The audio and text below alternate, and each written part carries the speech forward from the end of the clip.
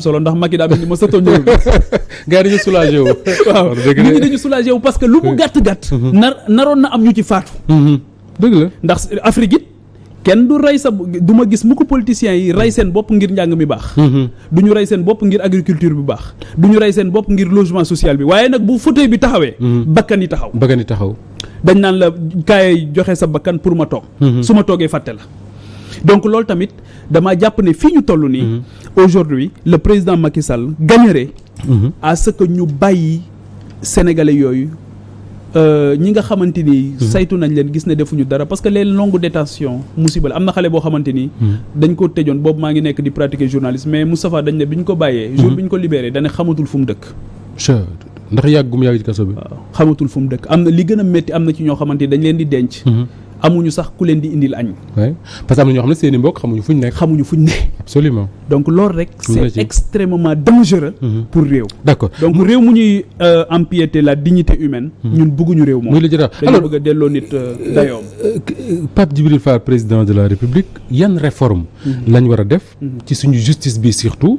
pour redonner confiance aux Sénégalais. c'est-à-dire que entre le justiciable et la justice elle-même nan lañ war a def pour nit ñi am ci ñoom confiance. jiitu mooy président de la République d'abord xam nga anglais yi ñoom ñoo koy wax leading by example c'est-à-dire que li nga bëgg njëkkee ko ci sa bopp rek. kuy digle sangu da ngay sangu pare. da ngay digle sangu da ngay sangu c'est-à-dire que yaakaar naa am na ay journalistes yu fi bindoon ne un président ne devait jamais dire ça. oui c'est Hollande qui l'avait dit un président ne doit pas dire ça. mais un président warul wax ne dafa am dossier yoo xam dama ci teg sama coude. un président warul nangu. ñu def nit interdiction de sortie du territoire nga jël ko dugal ko ci sa avion génne ko. oui dama moom Guinée Conakry. un président warul nangu ñu génne rapport Cour des comptes. épingle nit nga jël ñooñu defal leen promotion. un président warul nangu ñu jël nit mu wóor la ne kii sanctionné nañ ko nga jël ko làq ko un président aussi warul nangu un ministre ay magistrat ñëw di ko contrôler mu dàq leen ci biti. xam nga tey jii tous les rapports du monde dañ koy def sur la perception. oui dañ naan sax les indices de perception. Oui. de la corruption de l'injustice. de la liberté de presse. donc la perception elle est importante. perception yooyu nag ci loolu ngay njëkk a liggéey ba nit ñi dootuñu am sentiment d'injustice. dafa mel ni sécurité yenn saa yi nga dégg fenn ñu ne wëy ñoo ngi wax sécurité fii pourtant dégguñu kenn agressé mais nit ñi li ñu gën a am moo gën a métti. mooy sentiment d'insécurité. looloo gën a métti sax. ñu agressé la. nekk sa xel ne boo génnee mën nañ la agressé déjà doy na. psychologiquement tu es traumatisé dootoo fi nekk donc le sentiment loolu ngay xeex. donc te loolu jàpp nañ ne président de la République moom moo ci war a jiitu. d'accord nekk à cheval sur les valeurs fondatrices. fondamentales cardinales intrinsèques yi nga xamante ni moom la poste bi laaj. la fonction présidentielle du lu ndaw. du loo xamante ni da nga koy fooye wala nga koy caaxaane. lu mat la war a doon lu kawe la war a doon lu rëy la. parce que dañoo jël li ñëpp bokk ñu dénk la ko. ne la fexeel nag ba ñëpp jot ci. est-ce que cela veut dire que jarul ay réformes il faut un président qui soit au-dessus de la mêlée. parce que wala il faut des réformes. nous avons les meilleurs textes au monde. d'accord xam nga textes yi. à part li ci l'UMS di wax nii. xam nga UMS bu ñëwee danaan plus d'indépendance. oui mais sur les textes aujourd'hui quand tu prends la justice c'est la justice politique qui est problématique dans ce pays. oui mais la justice elle est rendue au quotidien. tous les jours. waaw justice commerciale. justice ci yeneen domaines yi. ñoo ngi koy rendre tout le temps. ñii di ci gagner ñii di ci perdre. di tas yi di tëj agresseurs yi tous les jours ils le font. mais quand il s'agit d'un homme politique. c'est là où la justice souvent prouve son incapacité. loolu nag jafe-jafe bu mag la. oui soo bokkee ci nguur gi. mën naa yéex lool. su dee ci ku jégi nga bokk mën naa gaaw lool. mais est-ce que wàññi les pouvoirs du parquet par exemple est-ce que du noonu contribuer ci loolu l'exemple que je donne mooy un juge d'instruction qui prend la décision d'accorder la liberté provisoire à une personne ñu ne le parquet def na appel donc doo génn da ngay toog. loolu yëpp mën nañ ko xoolaat mën nañ ko càmbar. parce que lépp luy préserver la dignité de parce que tey ban sens la am nga téye Samba Ndiaye alors qu'il a toutes les garanties de représentation. par exemple. ban njëriñ la am doo ko bàyyi mu ñibbi këram. wala da nga ko bëgg a toroxal. c'est l'humiliation finalement bi ma wax léegi dafa nekk une pathologie.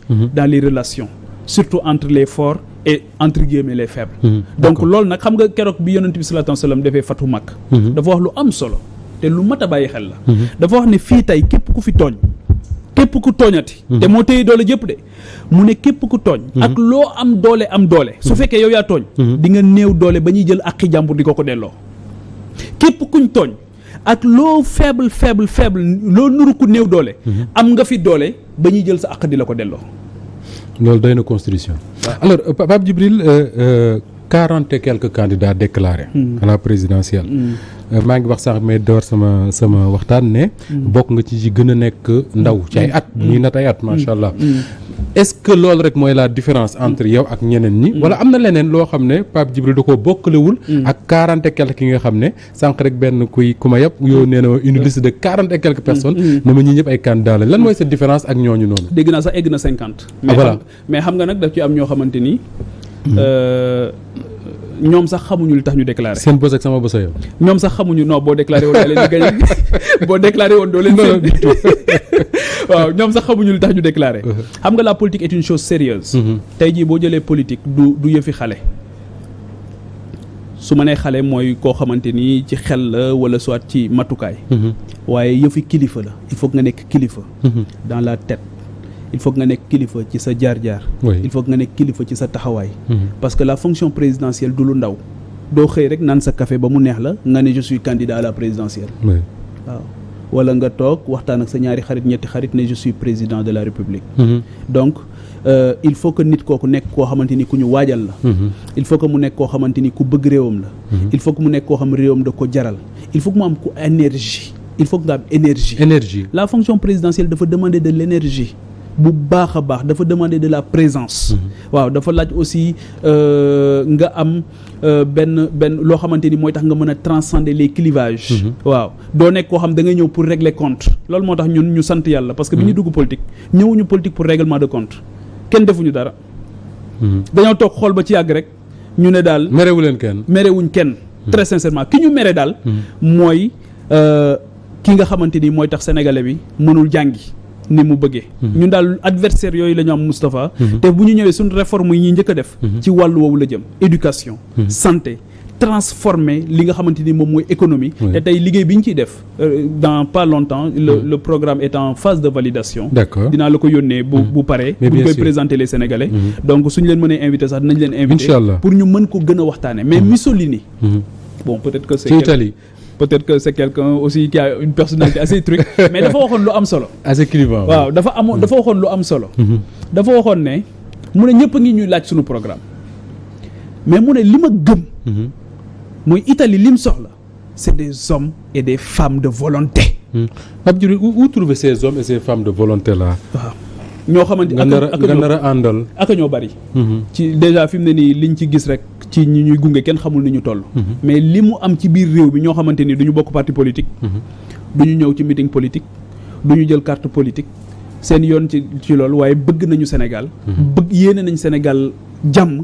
li ñu gis ci Sénégal tam naqari na leen. ba fu naqari toll te ñooñu bëgg nañ beneen Sénégal. ñooñu nag moo tax ma ne ñun dañuy récompenser la compétence technocratique. sur. le contrat politique. l'appartenance. waaw politique franchement loolu moo téye réew mi. tey jii bari na boroom xam-xam yoo xamante ni Sénégal mënu leen a jëriñoo. ndax politique. d'accord waaw parce que foo dugg. ñu kii la donc la fonction présidentielle. bon ñi nga xamante ni yëpp déclaré nañ seen candidature ñun jàpp nañ ne bëgg Sénégal. moom moo leen ci dugal. waaye nag xam nga boo ko déclaré tamit il faut que nga présenter. ay dafa am sax lu bari luy jaar ci yoon yi parrainage ak yeneen ak yeneen amuñu jotu waxtaan ci yoo xamante ni liggéey bu rëy la laaj. absolument taxawaay bu rëy la laaj waaye it nga ñu sénégalais yi tamit gunge la ci. te pour sénégalais yi gunge démb Sandiara bi ma jógee. dama fa dem démb ak le département de Mbour ñu ñëw les communes lu mu gàtt yëkkati nañ 1 million 100 francs. ne ma Pape de ñun 30 millions caution yi ñun lii mooy sunu caution. caajaay bi nga xamante ni fa laa dëkk. bi ñuy démarrer fan il y a 2 semaines. dañ ne ma ñun lu mu gàtt 10% de la caution ñun ñoo koy joxe. te jamono métti na. jafe na. mais loolu nag candidat bu ko amul. ak ñoo xamante ni tey jii dañoo téye seen i carte ne kenn du ko jënd. te foofu dama ciy profité di wax dara. il ne revient pas au président de la République gis nga Macky Sall bi mu bëggee nekk président de la République. ñetti at la jël lu mu gàtt di wër Sénégal di dajeek nit ñi. mais bien di sûr nuyu nit ñi. c'est pas aujourd'hui sa responsabilité de choisir quelqu'un de son camp. ne dafa war a nekk président ki fa bëgg a nekk président. wala ñi fa bëgg a nekk président nañu génn daj li ñuy daj. nañu génn dem Touba Gueye. Oui. Mais est-ce que li nga doon wax sànq naru leen a dal ñoom c'est-à-dire que choisir un homme qui n'est pas prêt pour être président de la République. mais loolu nag c'est parce que ñoom ñëpp ñu ngi toog di déglu le président de la République. loolu c'est ne pas aimer le Sénégal. boo bëggee Sénégal. da nga koy bëggal koo xamante ni bëgg na réew mi. pare na pour dékku coono yi. pare na pour dajeeg nit ñi wax naa ko léegi dem Santhiou Diadji keroog ba ñu demee Santhiou Diadji. daanaka pour nga egg fa jafe na amul tali bu la fa mën a yóbbu. ba ñu demee keroog fële ca Xombol Saloum pour nga egg fa jafe-jafe bu mag la. dem nañ ci gox yoo xamante ni ca ginnaaw raay. ca Saint-Louis.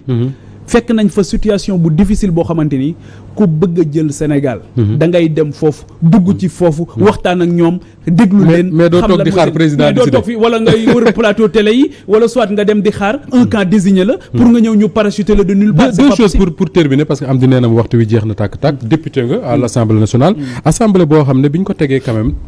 yaakaar juddoo na ci lu bari mais on a l'impression que ni enfin je leur dirai pas ça qu'il y a plus de faits divers qu'autre chose mais en tout cas assemblée bi li ñu doon xaar ci moom lu bari gis ñu ko tey jii avec le recul ban bilan ngay tirer d'abord ci sa action à l'Assemblée nationale ñaari mbir la foofu Moustapha question bu am solo la dafa am lu Sénégalais yi di gis bon médias yi aussi dañu am responsabilité bien sûr parce que médias yi wane benn soxna oui wala benn xuloo yi ci plénière bi la ñuy gën a fësal voilà les trucs d'à côté oui alors que yàlla xam na ne Assemblée nationale bi li mu enregistré ci ay borom xam-xam kenn xamul nu mu toll man dama leen xam ñoo xamante ni boo jëlee ku mel ni Birame Souleye Diop en commission mais su jëlee parole ñëpp ay d'accord am xam-xam à cheval sur les textes waaw am vécu dans l'administration notamment des impôts oui xam lu bari su jëlee parole da nga naan ça c'est de la qualité indiscutable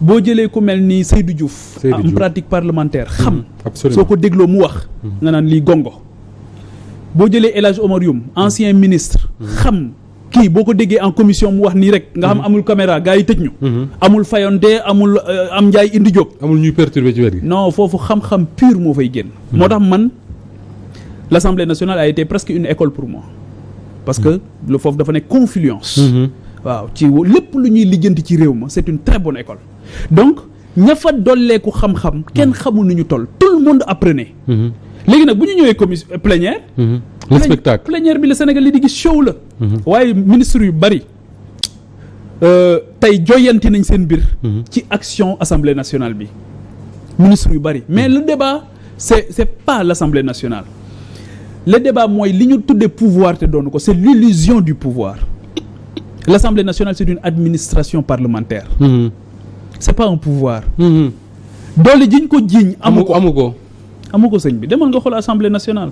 moi récemment j'ai été invité par l'Assemblée nationale française soo fa duggee nga ñëw ci suñu assemblée bi nga xam ne y a pas photo. Ousmane Camara magistrat doon na wax ne entre le pouvoir judiciaire et le pouvoir exécutif il y a pas séparation de pouvoir il y a juste une séparation de fonction tey nga ne mais l'Assemblée c'est juste une administration mais c'est pas un pouvoir comme aussi on a une ça veut dire qu'on a encore des pas à faire. comme aussi on a une administration judiciaire on n'a pas un pouvoir parce que pouvoir dafa am signification quelqu'un c'est dafay am une autonomie et une capacité d'exécution prise jël initiative exécuter am nag beneen lu ko tiim loo xam mën na koo saytu mën na koo joyanti parce que Montesquieu moo ko il n'y a que le pouvoir qui arrête le pouvoir Pape Djibril ñu jeexal ci très rapidement parce que bëgguma ñuy taper sur les doigts là le Niger coup d'état moo fa am bon un démocrate mënul rafetlu coup d'état mais africains yu bari en tout cas de la sous-région soo leen dee dégg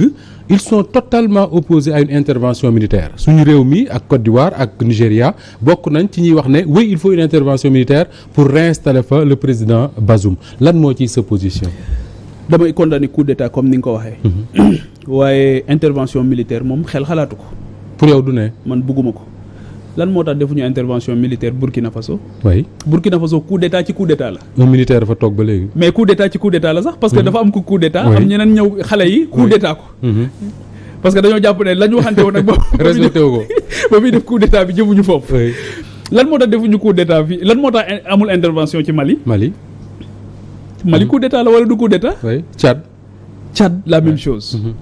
Nigéria bi nga xamante ni nee na moom moo war a jiite opération yi yu kenn xamut. mais moom du lijjanti Boko Haram ba pare. bi nga xamante ni tey dañ leen di reprocher ne. ay capitaine de l'armée. ñoo nekk avec en connivence. ak parce qu'on dit souvent que ne le matériel bi Boko Haram di am mënul jóge fu dul ci l'armée nigériane. exactement donc dafa am ay incohérences yoo xamante ni moom laay njëkk a pointer du doigt. mais beneen bi mooy. lan moo bëgg a defloo CEDEAO guerre boobu ak ku leen ko bëgg a defloo ak qui a intérêt. parce que là soo déggee disons les chroniqueurs yenn chaîne télévision africaine yi li ñuy wax mooy pour ñoom c'est la France qui est derrière 2 ou 3 chefs d'État de la sous-région. xam nga bu doon def nañ ko Mali. oui def ko Burkina. kon tey logiquement bu ñu ne dañuy dem Niger. dañ naan y a aucun problème. ça tient d'une logique. d'une cohérence. mais fii amul cohérence. pourquoi systématiquement ñu bëgg a dem Niger leneen li nga xamante ni moom moo ci gën a métti. et c'est là où la démocratie aussi trouve tout son sens ñu baal ñu. wax réalisateur mu baal ñu yeggali 2 minutes. waaw là où la démocratie aussi trouve tout son sens mooy la démocratie aussi dafa war a am benn rôle anticipation. ba pare ñu fexe ba nit ki am légalité mu amaale légitimité mais tey jii. les militaires on le constate. ont même plus de légitimité. que beneen bi mooy. mais c'est ça qui est étonnant tey que ce soit à Conakry Bamako ou Ouagadougou. mais est-ce que déglu les militaires. mais est-ce que xam nga lan moo tax. parce que y a une rupture de confiance Bazoum ñëpp dañ koo déglu mu ne. France maa leen wax ñu aar ñu parce que sunu militaires yi mënuñu ñoo aar. oui terroristes yi leen mën. loolu mooy aveu d'impuissance. mais aveu d'impuissance boobu boo ko defee ba pare. mais nangul ñu jël la teg la fële. encouragé wu ma coup d'état. mais li ma bëgg a wax mooy nañu am capacité d'anticipation beneen bi mooy. si rébellion yeeg yooyu yëpp fi muy juddoo souvent ba ci jihadisme bi ñuy wax nii. soo fa demee benn particularité la ñu am c'est l'absence de l'État. moo tax il faut qu'on consolide la présence de l'État. partout. C'est important. La présence des infrastructures partout. L'accès universel partout. C'est très bien jërëjëf Pape Djibril Fall. jërëjëf ça a été un plaisir très franchement def émission bi ak yow kontaan naa te damay wax loo xamante ni xam naa fàtte nga ko. bi may nekk journaliste en herbe bu nekk école.